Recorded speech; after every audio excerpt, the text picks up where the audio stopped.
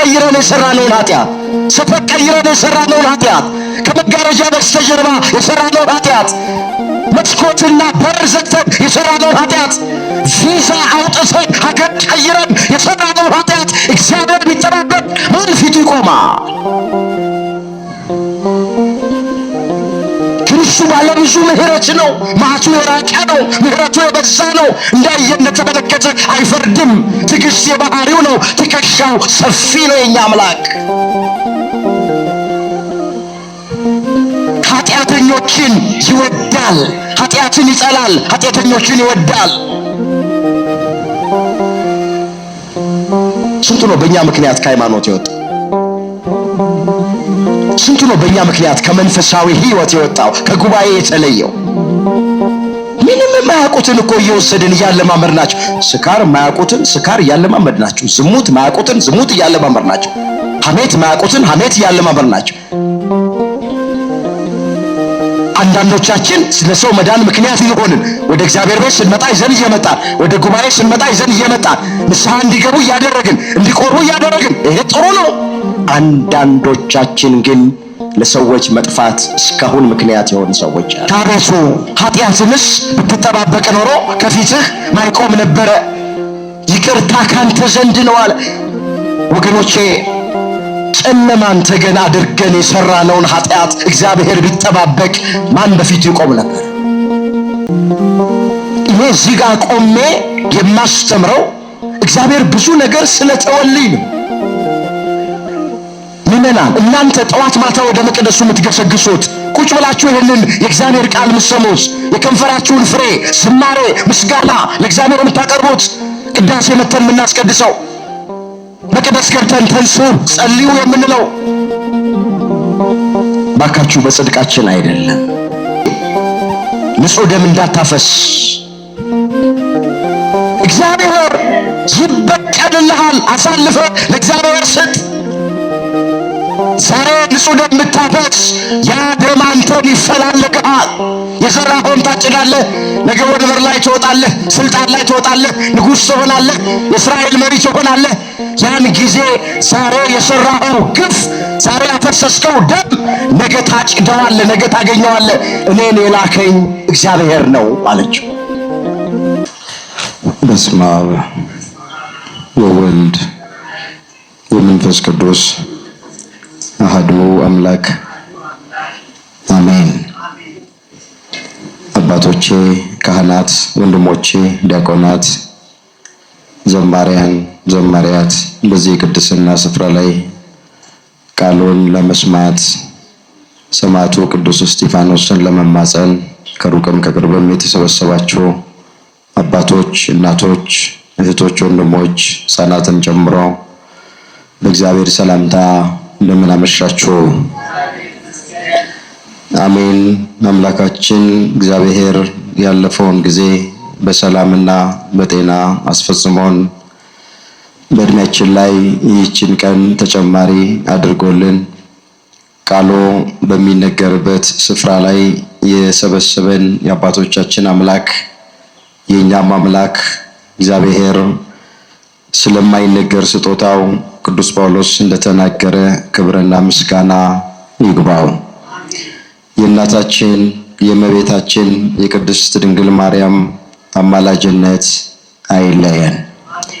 እግዚአብሔር አምላካችን ከሊቀ ዲያቆናት ከቀዳሚ ሰማዕት ከዲያቆን እስጢፋኖስ ረድኤትና በረከት ሁላችንንም በቸርነቱ ያሳትፈን።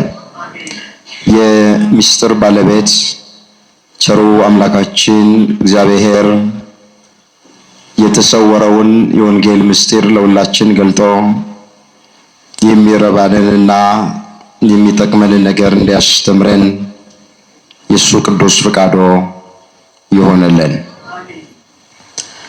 ለዛሬ እግዚአብሔር በሰጠን ጊዜና ሰዓት የምንማማርበት የትምህርታችን ርዕስ የሚሆነው የሴቲቱ አእምሮ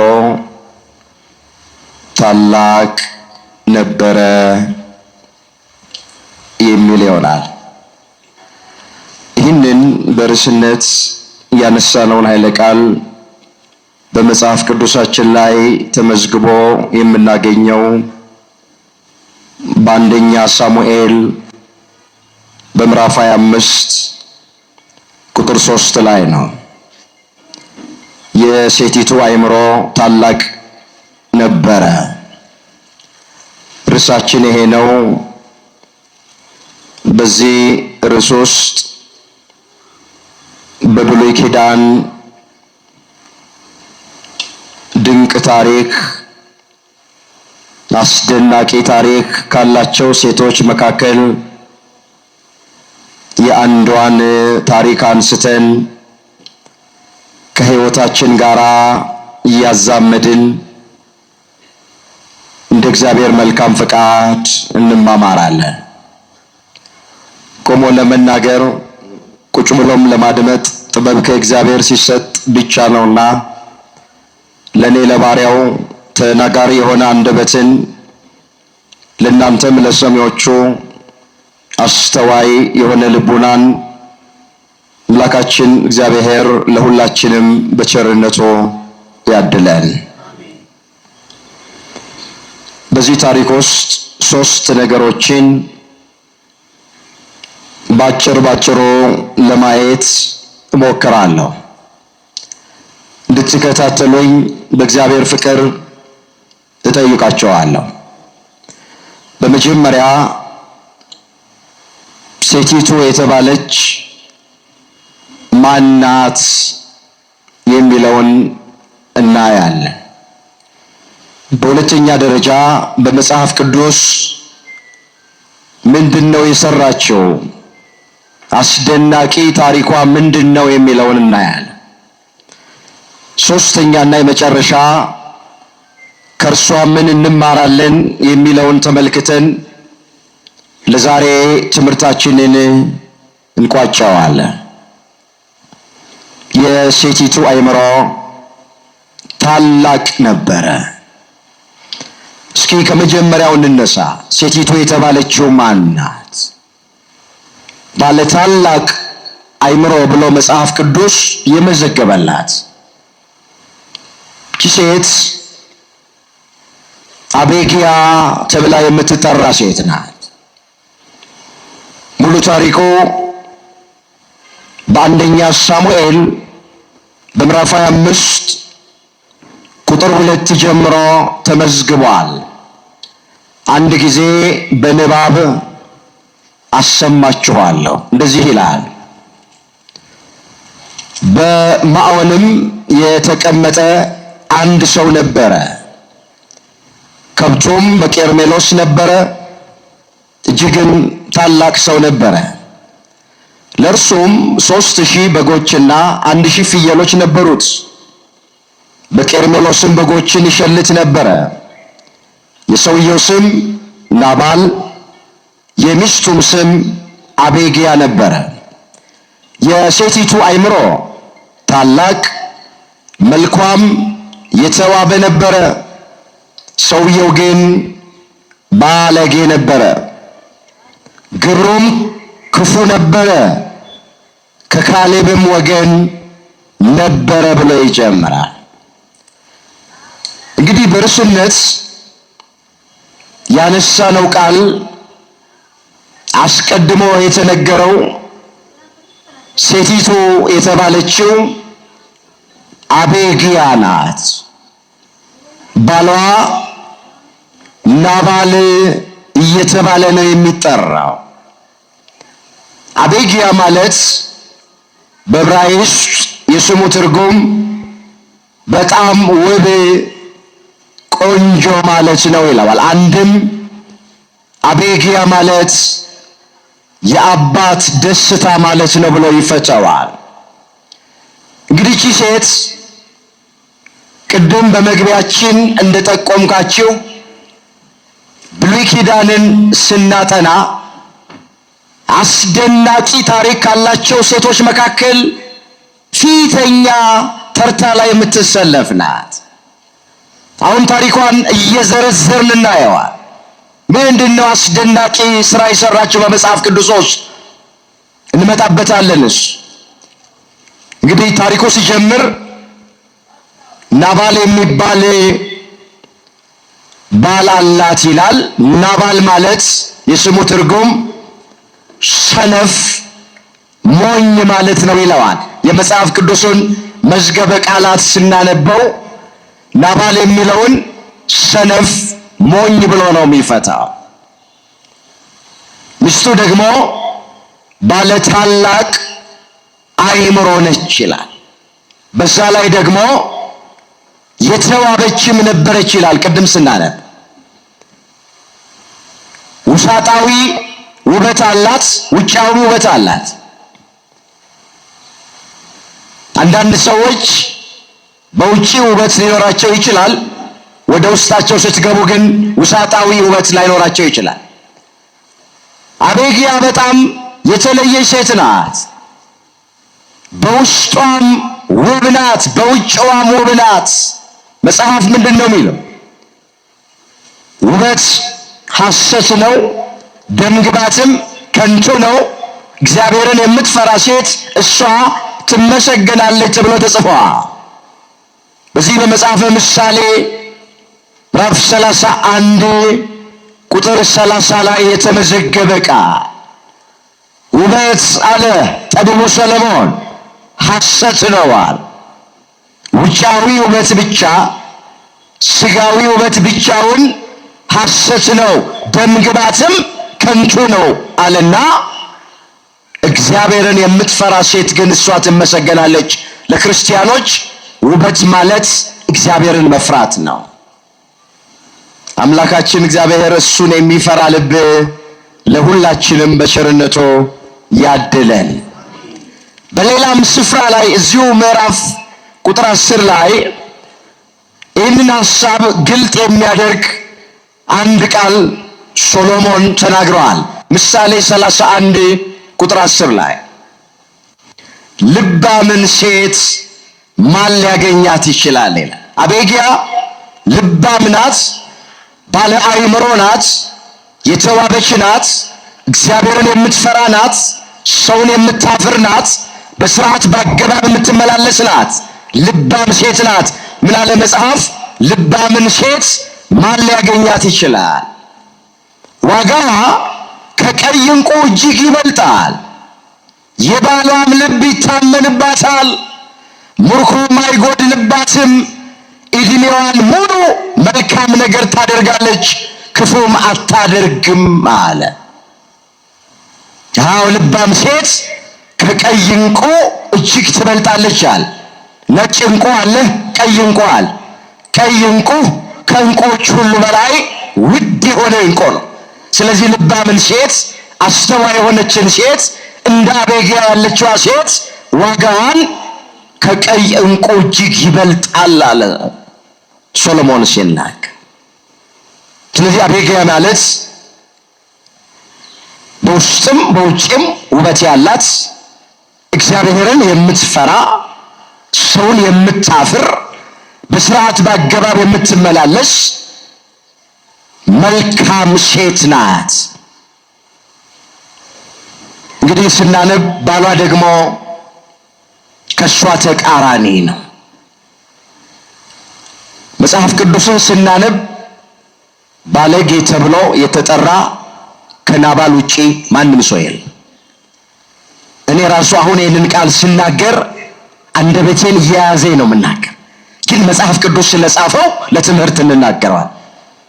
ስለ ናባል ጸሐፊው ሲጽፍልን ግብሩ ክፉ ነው፣ እንደውም ባለጌ ነበረ ነው የሚለው።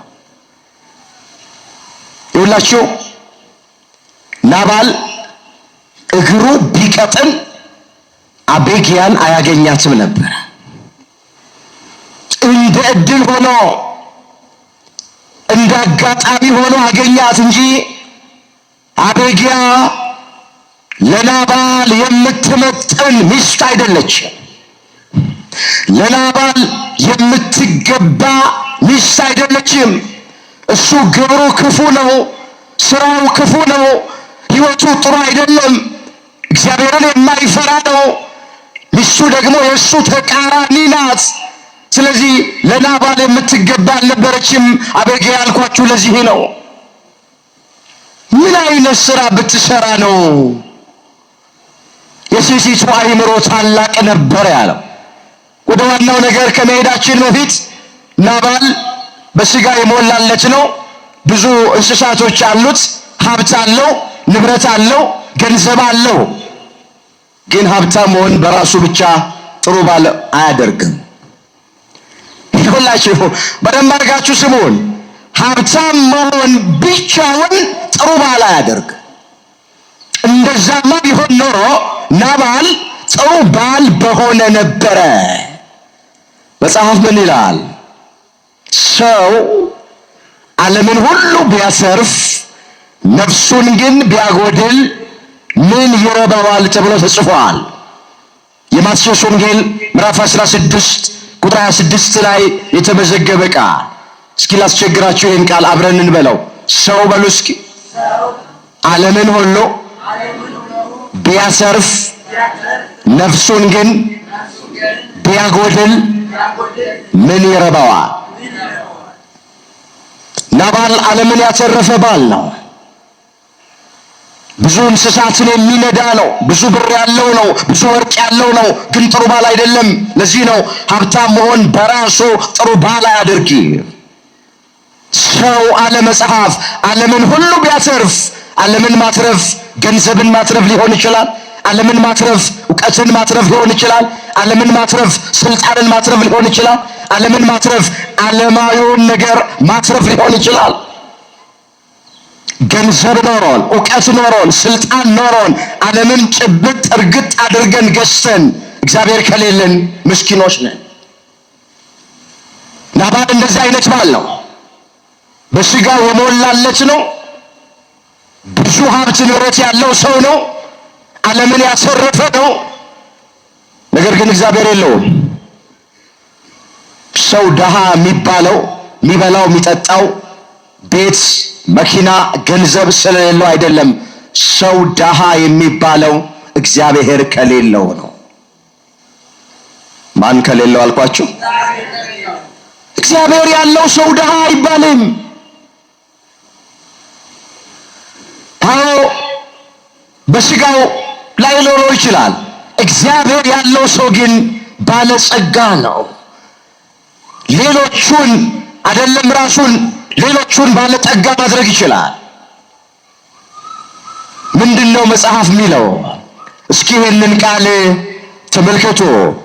በዚህ በሁለተኛ ቆሮንቶስ ምዕራፍ 6 ቁጥር 8 ጀምሮ እንዲህ ተብሎ ተመዝግቧል።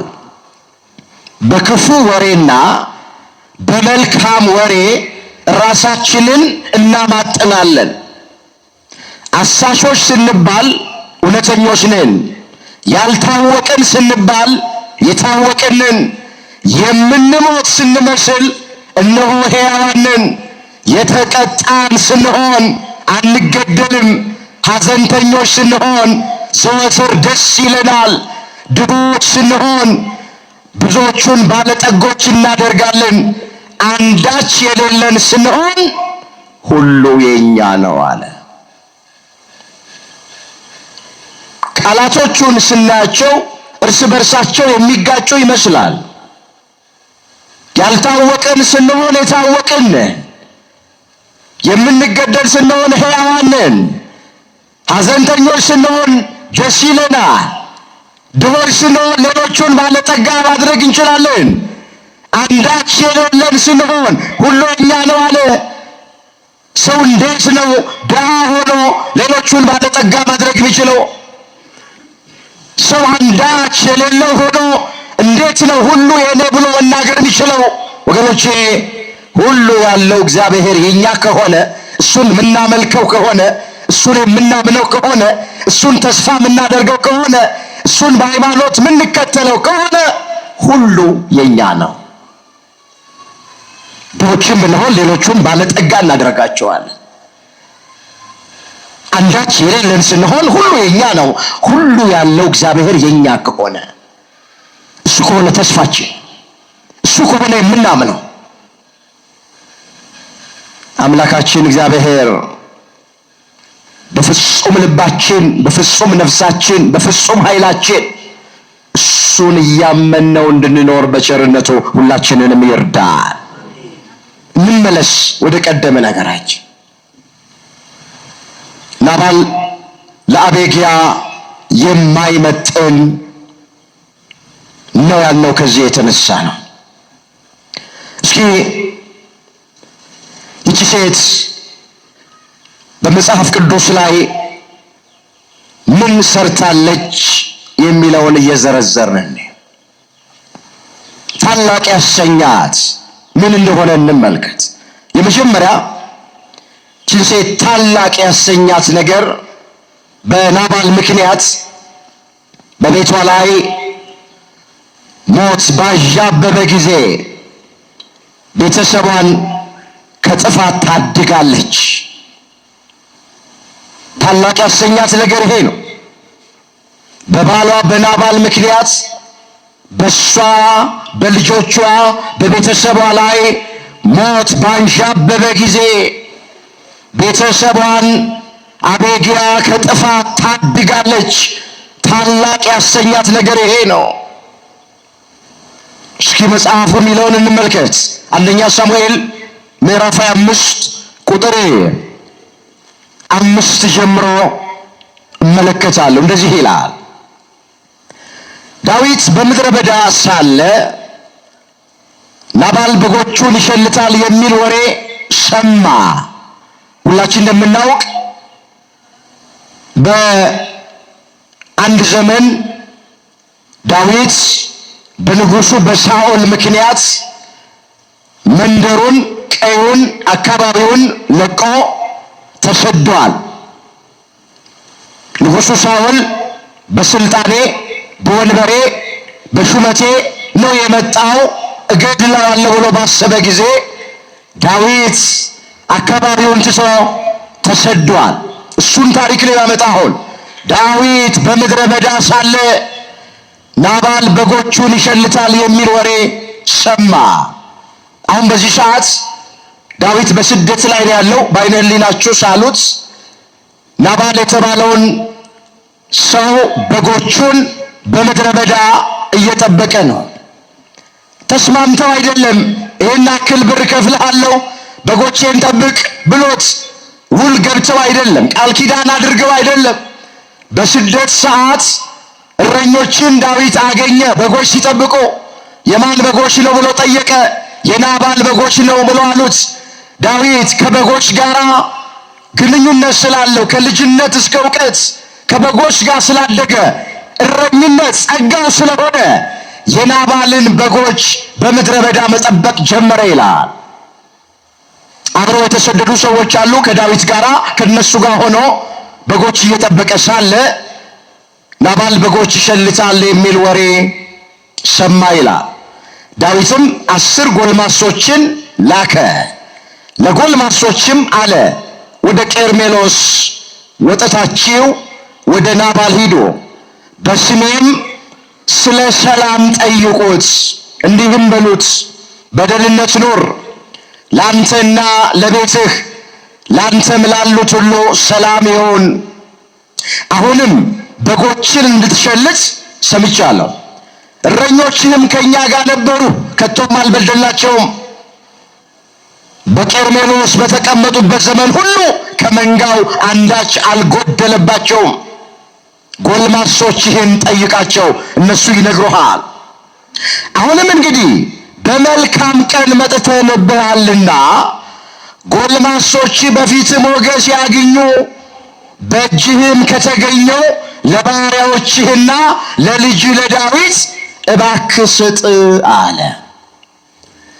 አስተውሉ እግዚአብሔር ልጆች፣ 10 ጎልማሶችን ዳዊት መረጠ፣ ወደ ናባል ላከ። ምን ብሎ? በምድረ በዳ ያንተን በጎች እየጠበቅን ነው። አጥር ቅጥር ሆነን አውሬ እንዳይነጥቃቸው ተኩላ እንዳይበላቸው በነፍሳችን ተወራርደን በጎችህን እየጠበቅን ነው። በጎች እንደምትሸልት ሰምተናል አሉ። በእስራኤል ባህል በግ ሲሸለት ትልቅ ድግስ ይደገሳል። የሰባው ፍሪዳ ይታረዳል። የወይን ጠጁ ይጣላል። ሕዝብ ተሰብስቦ ይበላል፣ ይጠጣል፣ ደስ ይሰኛል። ዳዊት ያመጣው በጎች እንደምትሸልት ሰምተናል። ስለዚህ በምድረ በዳ በጎችን ለምንጠብቅ እረኞች ካዘጋጀኸው መብልና መጠጥ ላክልን ብሎ 10 ጎልማሶችን ዳዊት ላከ ይላል። እነዚህ ጎልማሶች ዳዊት እንደላካቸው ለናባል መጡና ነገሩት ይላል። አንደኛ ሳሙኤል ምዕራፍ 25 ቁጥር 9 ጀምሮ አነባለሁ። እንደዚህ ይላል። የዳዊትም ጎልማሶች መጡ፣ ይህንንም ቃል ለናባል ነግረው ዝም አሉ። ናባልም ለዳዊት ባሪያዎች ዳዊት ማን ነው? የእሴይ ልጅስ ማን ነው? እያንዳንዳቸው ከጌቶቻቸው የኮበለሉ ባሪያዎች ዛሬ ብዙዎች ናቸው። እንጀራዬን የወይን ጠጄን ለሸላቶቼ ያረድኩትን ሥጋ ወስጄ ከወዴት እንደሆኑ ለማላቃቸው ሰዎች እሰጣለሁን ብሎ መለሳቸው። የዳዊትም ጎልማሶች ዞረው በመጡበት መንገድ ተመለሱ። መጥተውም ይህንን ነገር ሁሉ ለዳዊት ነገሩት። ዳዊትም ሰዎቹን ሁላችሁ ሰይፋችሁን ታጠቁ አላቸው። ሁሉም ሰይፋቸውን ታጠቁ። ዳዊትም ሰይፉን ታጠቀ። 400 ሰዎች ዳዊትን ተከትለውት ወጡ። 200ም በዕቃው ዘንድ ተቀመጡ ይላል። እንግዲህ ዳዊት የላካቸውን 10 ጎልማሶች ናባል አስቀይሟቸው፣ አሳዝኗቸው፣ ማይገባ ነገር ተናግሮ እንደውም ዳዊት የምትሉት ራሱ ማን ነው? ከወዴት እንደመጣ ወዴት እንደሚሄድ አላውቀውም ብሎ ትልቁን ዳዊት፣ እግዚአብሔር ያከበረውን ዳዊት፣ እግዚአብሔር ጸጋውን ያበዛለትን ዳዊት ማን እንደሆነ አላውቅም፣ ከየት እንደመጣ ወዴት እንደሚሄድ አላውቅም፣ የእሴይ ልጅስ ማን ነው ብሎ በዳዊት ላይ የማይገባ ነገር ተናገረ። ናባል እግዚአብሔር ያከበረውን የማያከብር ሰው ነው።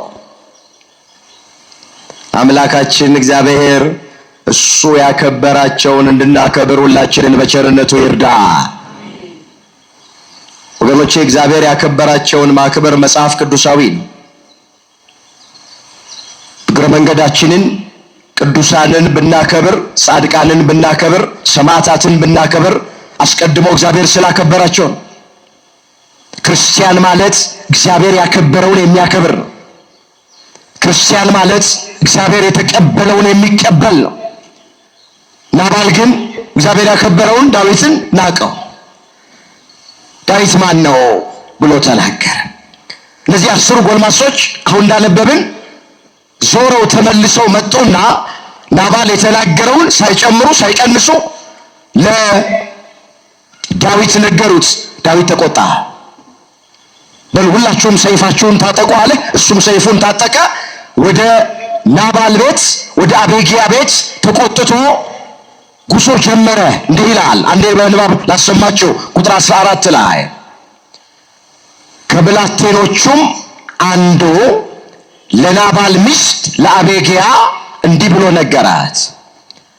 እነሆ ዳዊት በምድረ በዳ ሳለ ጌታችንን ሊባርኩ መልእክተኞቹን ላከ፣ እርሱ ግን ሰደባቸው። እነዚህ ሰዎች በእኛ ዘንድ እጅግ መልካም ነበሩ፣ አልበደሉንም። ከእነርሱም በሄድንበት ዘመን ሁሉ በምድረ በዳ ሳለን አንዳች አልጠፋብንም። ከእነርሱ ጋር ሆነን መንጋውን በጠበቅን ዘመን ሁሉ ሌሊትና ቀን አጥር ሆነውን ነበረ። ስለዚህ በጌታችንና በቤቱ ላይ ክፉ ነገር እንዲመጣ ተቆርጦሃል።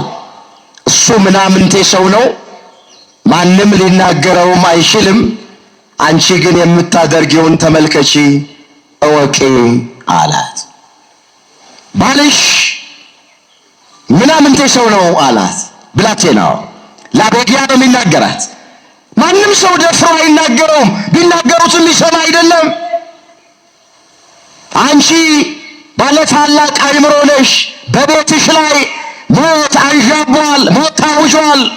ዳዊት ከናባል ቤት ውስጥ አንድ ሰው ባስቀር እግዚአብሔር እንዲህ ያድርግብኝ፣ እግዚአብሔር እንዲጨምርብኝ ብሎ እየዛተ ወደ አንቺ ቤት እየመጣ ነው። ብዙ ወታደሮቹን አስከትሎ ሰይፍ አስታጥቆ እየመጣ ነው። ስለዚህ አንቺ አስተዋይ ሴት፣ ልባም ሴት ስለሆንሽ፣ ባለ አእምሮ ሴት ስለሆንሽ የምታደርጊውን እወቂ፣ ተመልከቺ አላት ይላል። ልክ ይህን ሲላት አቤግያ ፈጥና ተነሳች ይላል። 200 እንጀራ፣ 200 አቁማዳ የወይን ጠጅ፣ 5 የተዘጋጀ በግ፣ 5 መስፈሪያ ጥብስ እሸት፣ 100 ዘለላ ዘቢብ፣ 200 የበለስ ጥፍጥፍ ወሰደች፣ በአህያ ላይም አስጫነች። ብላቴኖቹም አስቀድማችሁ በፊቴ ሂዱ፣ እነሆ እከተላችኋለሁ አለች። ይህንንም ለባሏ ለናባል ሳትነግረው ወደ ዳዊት ጉዞ ጀመረች ይላል። በዓይነ ሕሊናችሁ ሳሉ ዳዊት 400 የሚሆኑ ሰዎችን ሰይፍ አስታጥቆ ናባልና የናባልን ቤተሰብ አጠፋል ብሎ ወደ አቤግያ ቤት እየመጣ ወደ ናባል ቤት እየመጣ በጎ ባደረኩለት ፈንታ እንዴት ክፉ ይመልስልኛል? በጎቹን ጠብቄ አውሬ እንዳይበላቸው፣ ተኩላ እንዳይነጥቃቸው፣ ወጪ ወራጁ የሚበላውን እንጀራ የሚጠጣውን ላክ ብዬ ብል ዳዊት ማን ነው? የእሴይ ልጅ ማን ነው ብሎ እንዴት ይመልስልኛል? ወርቅ ላበደረ ጠጠር እንዴት ይሆናል?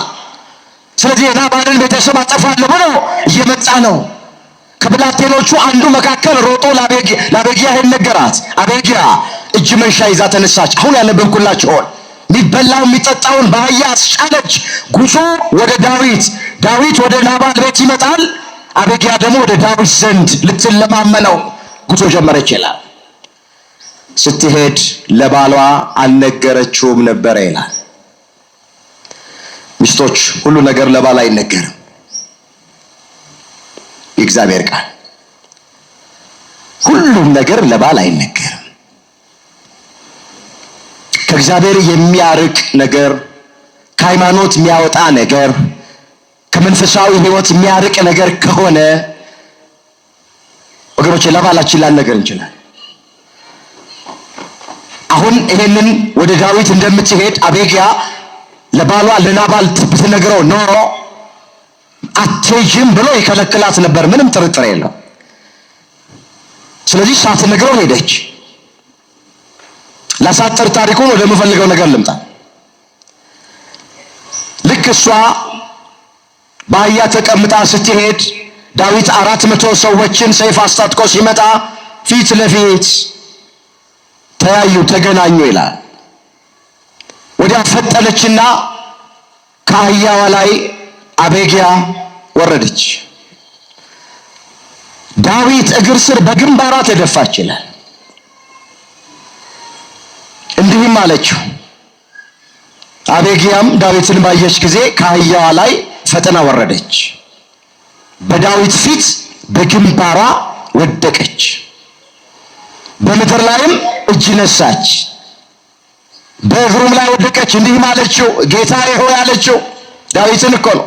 ጌታዬ ሆይ ይህ ኃጢአት በኔ ላይ ይሁን፣ እኔ ባሪያ በጆሮ ልናገር፣ የባሪያህን ቃል እባክህ አድምጥ። በዚህ ምናምንቴ ሰው በናባል ላይ ጌታዬ ልቡን እንዳይጥል እለምንሃለሁ። እንደ ስሙ ነው፣ ስንፍና አድሮበታል።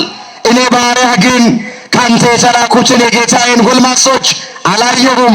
አሁንም ጌታ ሆይ ሕያው እግዚአብሔርን በሕያው ነፍስህ እምላለሁ፣ ወደ ደም እንዳትገባ ንጹሕ ደም እንዳታፈስ እኔ የላከኝ እግዚአብሔር ነው አለች። ይቅርታ መጠየቅን ከአቤግያ እንማራለን። በረከቷ በሁላችን ላይ ይደርብን። በተማርነው ትምህርት 30፣ 60፣ 100 ያማረ ፍሬ እንድናፈራ ሁላችንን እግዚአብሔር ይርዳን። በተዋሕዶ ሃይማኖት በሥላሴ ልጅነት እስከ መጨረሻው ድረስ ያጽናን። የሁላችንን መጨረሻ እግዚአብሔር ያሳምር።